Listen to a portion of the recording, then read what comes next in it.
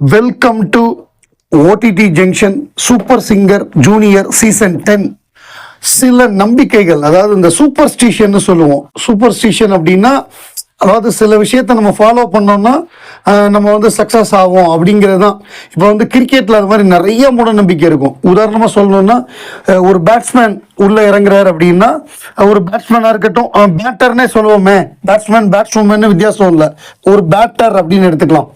அந்த பேட்டர் வந்து லெஃப்ட் பேடை முதல்ல கட்டினா நல்லா விளையாடுவாங்க அப்படின்னு ஒரு நம்பிக்கை அவங்களுக்கு இருக்கும்.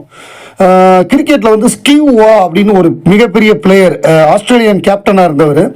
அவர் எப்படின்னா ஒரு ரெட் கர்ச்சீஃப் வச்சுருந்தார். அந்த ரெட் கர்ச்சீஃப் அவருக்கு வந்து ஒரு சென்டிமெண்ட்டாக ஒரு சக்ஸஸ்ஃபுல்லாக இருக்குங்கிறதுனால அவர் கடைசியில் ரிட்டையர் ஆகிற வரையே அதை வச்சுருந்தார். அது எந்த கண்டிஷனாக இருந்தாலும் தோச்சி அதை தான் யூஸ் பண்ணார். அப்புறம் அதே மாதிரி எல்லிஸ் பெர்ரி அப்படின்னு உமன்ஸ் கிரிக்கெட்டரில் ஒரு கோட்டுன்னு சொல்லலாம். எப்படி ஒரு சச்சின் டெண்டுல்கர் மாதிரி, கிட்டத்தட்ட சச்சின் டெண்டுல்கர் பேட்ஸ்மேனு, பட் இவங்க ஆல்ரவுண்டர். அந்த மாதிரி ஒரு பெரிய all rounder Australian woman cricketer Ellis Perry. அவங்க எப்படின்னா, ஒரு ஃபஸ்ட்டு அவங்களுக்கு கொடுத்த ஹெல்மெட்டு, அந்த ஹெல்மெட்டை தான் இப்போ யூஸ் பண்ணுறாங்க. ஸோ அது ஒரு கலர்லாம் பெயிண்டெல்லாம் போயிடுச்சு. அது இருந்தாலும் அவங்க அதை மாறாமல், டெஸ்ட்டாக இருந்தாலும், ஓடிஐ கிரிக்கெட்டாக இருந்தாலும், T20 இருந்தாலும் அவங்க அதை தான் யூஸ் பண்ணுறாங்க. இதெல்லாம் என்னன்னா ஒரு சூப்பர் ஸ்டிஷன் அப்படின்னு சொல்லுவோம்.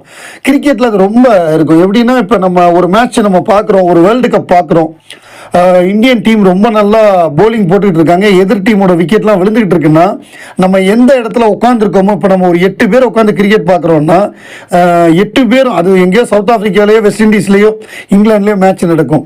ஆனால் நம்ம 8 பேரும் எங்கேயுமே நகரக்கூடாது. ஒரு தண்ணி குடிக்க போகக்கூடாது, வெளியில் டாய்லெட்டு போகக்கூடாது. ஏன்னா நகர்ந்தோன்னா நல்லா விளையாட ஆரம்பிச்சிருவான் அந்த பேட்ஸ்மேன் சொல்லிட்டு அப்படியே உட்கார வச்சுருவானுங்க. அந்த மேட்ச் நடந்து முடிஞ்சு நம்ம ஜெயிச்சதுக்கப்புறம் தான் வெளியில் விடுவானுங்க. ஸோ அந்த மாதிரியான சென்டிமெண்ட் எல்லாருக்குமே உண்டு. சில ஷர்ட் லக்கி ஷர்ட்டாக இருக்கும், அந்த ஷர்ட்டு போட்டு போனால் இன்டர்வியூவில் நம்ம பாஸ் ஆகும்னு சொல்லுவோம்.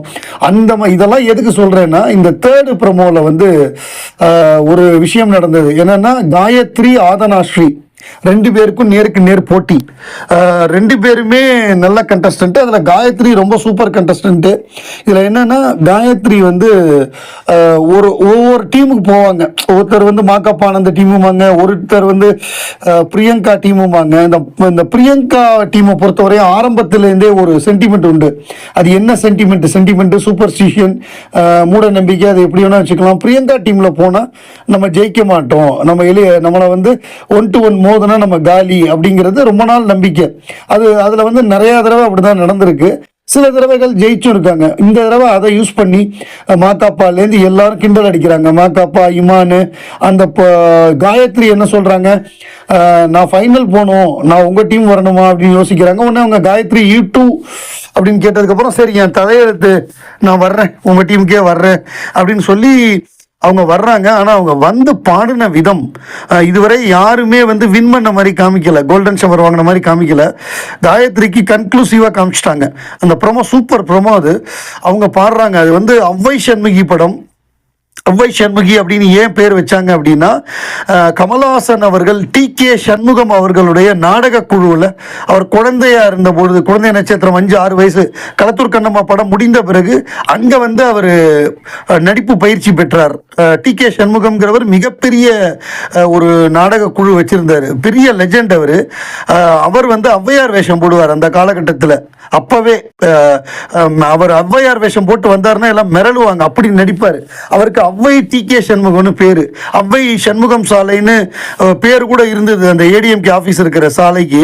அது இப்போ ஏதோ பேரை மாற்றிருக்காங்கன்னு நினைக்கிறேன். அந்த அவ்வை சண்முகத்துடைய நினைவாக, தன்னுடைய குருநாதரோட நினைவாக, அவ்வை சண்முகம் அப்படிங்கிற ஒரு நினைவாக அவ்வை சண்முகி, ஏன்னா இவர் லேடி வேஷம் போடுறாருல, அவங்க லேடி வேஷம் போடுறதுல தானே அவங்க லெஜெண்டு. ஸோ அதனால அவ்வை சண்முகின்னு பேர் வச்சாரு. அதில் வந்து தேவா மியூசிக்கு காதலா காதலா காதலால் தவிக்கிறேன் அந்த பாட்டு, இந்த பாட்டு கடைசியாக சேர்க்கப்பட்ட பாட்டு. இந்த பாட்டு சவுத் ஆப்பிரிக்காவில் பிக்சரைஸ் பண்ணியிருப்பாங்க. உலகநாயகன் கமலஹாசன், மீனா இவங்க 2 பேரும் தான் இந்த பாட்டு. இந்த பாடலை பாடியவர் ஹரிஹரன். சுஜாதா பிரமாதமாக பாடியிருப்பார் ஹரிஹரன்.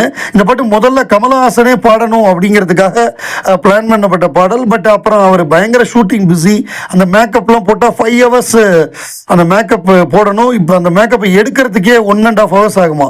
அதனால அவர் அந்த லேடி கேட்ட போட்டதுனால அவருக்கு டைமே இல்லை, அவரால் பாட முடியலை. ஒரு பாட்டு மட்டும்தான் அவரால் பாட முடிஞ்சது. ருக்கு ருக்கு ருக்குன்னு ஒரு பாட்டு அவர் பாடினார்.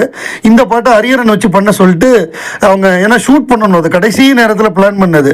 டக்குன்னு அவர் சவுத் ஆப்பிரிக்காவில் போய் ஷூட்டுக்கு போயிட்டார். இதை இவங்களை ரெடி பண்ண சொல்லிட்டு அவங்களும் அந்த ட்ராக்கை ரெடி பண்ணி அனுப்பிச்சாங்க. அவர் அந்த பாட்டை ஷூட் பண்ணாங்க. அந்த பாட்டை ரொம்ப பிரமாதமாக ஹரிஹரன் அண்டு சுஜாதா பாடியிருப்பாங்க. இந்த முறை காயத்ரி ரொம்ப அழகாக பாடி அந்த பாட்டை வேற லெவலுக்கு எடுத்துட்டு போய் அவங்க வந்து ஜெயிச்சாங்க. ஜெயிச்சது மட்டும் இல்லாமல் பிரியங்கா டீமாக இருந்தால் ஜெயிக்க மாட்டாங்கங்கிற நம்பிக்கையும் உடைச்சாங்க.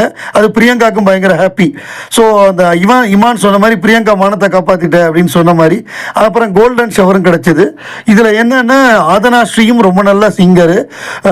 ஸோ அப்போ ஒருத்தருக்கு கோல்டன் ஷவர் கிடைச்சா இன்னொருத்தருக்கு கிடைச்சிருக்குமா அப்படின்னு ஒரு டவுட் இருக்கு. எனக்கு என்னமோ இதில் வந்து அது மாறும் அப்படின்னு நினைக்கிறேன். சூப்பர் ஓவர் மாதிரி மேட்ச் டையான சூப்பர் ஓவர் நடத்துகிற மாதிரி, இல்லை மேட்ச் டைனா டை தானே, 2 பேருக்கும் ஆளுக்கு ஒரு பாயிண்ட் கொடுக்குற மாதிரி சில சமயங்களில் என்ன ஆகும்னா 2 சூப்பர் ஓவர் 3 சூப்பர் ஓவர் நடத்தியும் ரிசல்ட் வராது, பாயிண்ட்டை பிரித்து கொடுத்துருவாங்க. அந்த மாதிரி நினைக்கிறேன். இது வந்து 2 பேருக்குமே கிடைச்சிருக்க வாய்ப்பு இருக்கு. பார்ப்போம் ஆதனாஸ்ரீக்கு லக் இருக்கா, மாகாப்பா பக்கம் இருக்கிற ஆதனாஸ்ரீக்கு லக் இருக்கா இல்லையான்னு. ஸோ இப்போ பிரியங்கா பக்கம் இருக்கிற காயத்ரிக்கு லக் இருக்கு, அவங்க ஜெயிச்சிட்டாங்க. அடுத்ததா ஸ்ரீவர்ஷினி, அந்த சின்ன குழந்தை உள்ளதுலேயே யங்கஸ்ட் அப்படின்னா அந்த குழந்தை தான். ஸோ அவங்க வந்து இந்த முறை எப்படின்னா சின்ன குயில் சித்ராமா மாதிரி வராங்க.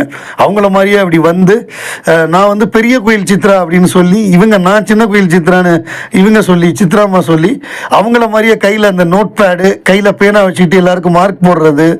ஸோ அந்த மாதிரி சின்ன குயில் பாடும் பாட்டு கேட்குதா, அந்த பூவே பூச்சிடவா படம் வந்த பொழுது எவ்வளோ பயங்கர பாப்புலர். அந்த அன்னைக்கு வந்து நதியா தான் அந்த படத்துக்கு ஹீரோயின். அப்போ நதியா பயங்கர பாப்புலர். நதியா சுடிதார், நதியா ஸ்டிக்கர் போட்டு அப்படி இப்படின்னு நதியாம்பாங்க. அந்த காலகட்டத்தில் அவ்வளோ பாப்புலராக இருந்தாங்க நதியா. அந்த படத்தில் தான் இவங்க பாடி பயங்கர ஹிட்டு. பூவே பூச்சுடவா அந்த சாங்கு ஃபீமேல் வெர்ஷனும் இருக்கும், மேல் வெர்ஷனும் இருக்கும். மேல் வெர்ஷன் ஜேசுதாஸ் பாடியிருப்பார், ஃபீமேல் வெர்ஷன் சித்ரா பாடியிருப்பாங்க. அப்புறம் இந்த பாட்டு சின்ன குயில் பாடும் பாட்டு கேட்குதா, அப்புறம் பட்டாசு சுட்டு சுட்டு போடட்டுமா, இந்த மாதிரி சாங்லாம் பெரிய ஹிட் ஆச்சு. இந்த பாட்டுக்கு அப்புறம் எங்கேயோ போயிட்டாங்க. சித்ரா வந்து பயங்கரம். அவங்க அதுக்கப்புறம் சிந்து பைரவி படத்தில் பாட்டு பாடி அவங்களுக்கு நேஷ்னல் அவார்டு கிடச்சி. இந்த பாடறியேன் படிப்பறியேன் பள்ளிக்கூடம் நான் அந்த பாட்டு பாடும்பொழுது அவங்களுக்கு எக்ஸாமு, அவங்க அடுத்த நாள் எக்ஸாமு, அடுத்த நாள் ரெக்கார்டிங்கு. அப்போ இளையராஜா சொல்லியிருக்காரு, உனக்கு நேஷ்னல் அவார்டு வேணுமா இல்லை இந்த எக்ஸாம் அடுத்த வருஷம் கூட நீ எழுதிக்கலாம் அப்படின்னு. உடனே அவங்க அப்பாட்டெல்லாம் பேசிட்டு, அவங்க அப்பா தான் கூட வருவார் சித்ராமாக்கு எப்போவுமே ரெக்கார்டிங்க்கு, பேசிட்டு இல்லை நம்ம இந்த ரெக்கார்டிங்கே பண்ணிடலான்னு சொல்லிட்டு இந்த ரெக்கார்டிங் பண்ணியிருக்காங்க. கரெக்டாக 1 வருஷம் கழிச்சு பார்த்தா நேஷனல் அவார்டு, சிறந்த பின்னணி பாடகிக்கான தேசிய விருது KS சித்ரா அப்படின்னு அவார்டு கிடைக்குது. இந்த பின்னணி பாடகி விருதை பற்றி ஏன் சொல்கிறேன்னா, இன்னைக்கு இந்தியாவிலேயே அதிக முறை பின்னணி பாடகிக்கான தேசிய விருது வாங்கின பெண் பாடகி அப்படின்னா அது KS சித்ரா தான். 6 முறை தேசிய விருது வாங்கியிருக்காங்க சிறந்த பின்னணி பாடகிக்காக. மேலில் வந்து ஜேசுதாஸ் 8 தடவை வாங்கியிருக்காரு, SPBயும் 6 தடவை வாங்கியிருக்காரு, ஜேசுதாஸ் 8 முறை வாங்கியிருக்காரு. இன்னும் 2 தடவை வாங்கினாங்கன்னா சித்ரா அந்த ரெக்கார்டை பீட் பண்ணலாம். பாப்பா அதை பீட் பண்ணுறாங்களான்னு. எனக்கு தெரிஞ்சு அதை ஸ்ரேயா கோஷல் பீட் பண்ணுவாங்கன்னு நினைக்கிறேன். ஜேசுதாஸ் ரெக்கார்டு அவங்க இப்போவே 5 தடவை வாங்கிட்டாங்க. சுஷீலா அம்மா 4 தடவை வாங்கியிருக்காங்க, ஜானகி அம்மா 2 முறை வாங்கியிருக்காங்கன்னு நினைக்கிறேன். ஸோ இதெல்லாம் தான் அந்த நேஷனல் அவார்டு ரெக்கார்ட்ஸு. அது அந்த குழந்தை வந்து சித்ராமா மாதிரியே பண்ணது வந்து க்யூட்டாக இருந்தது.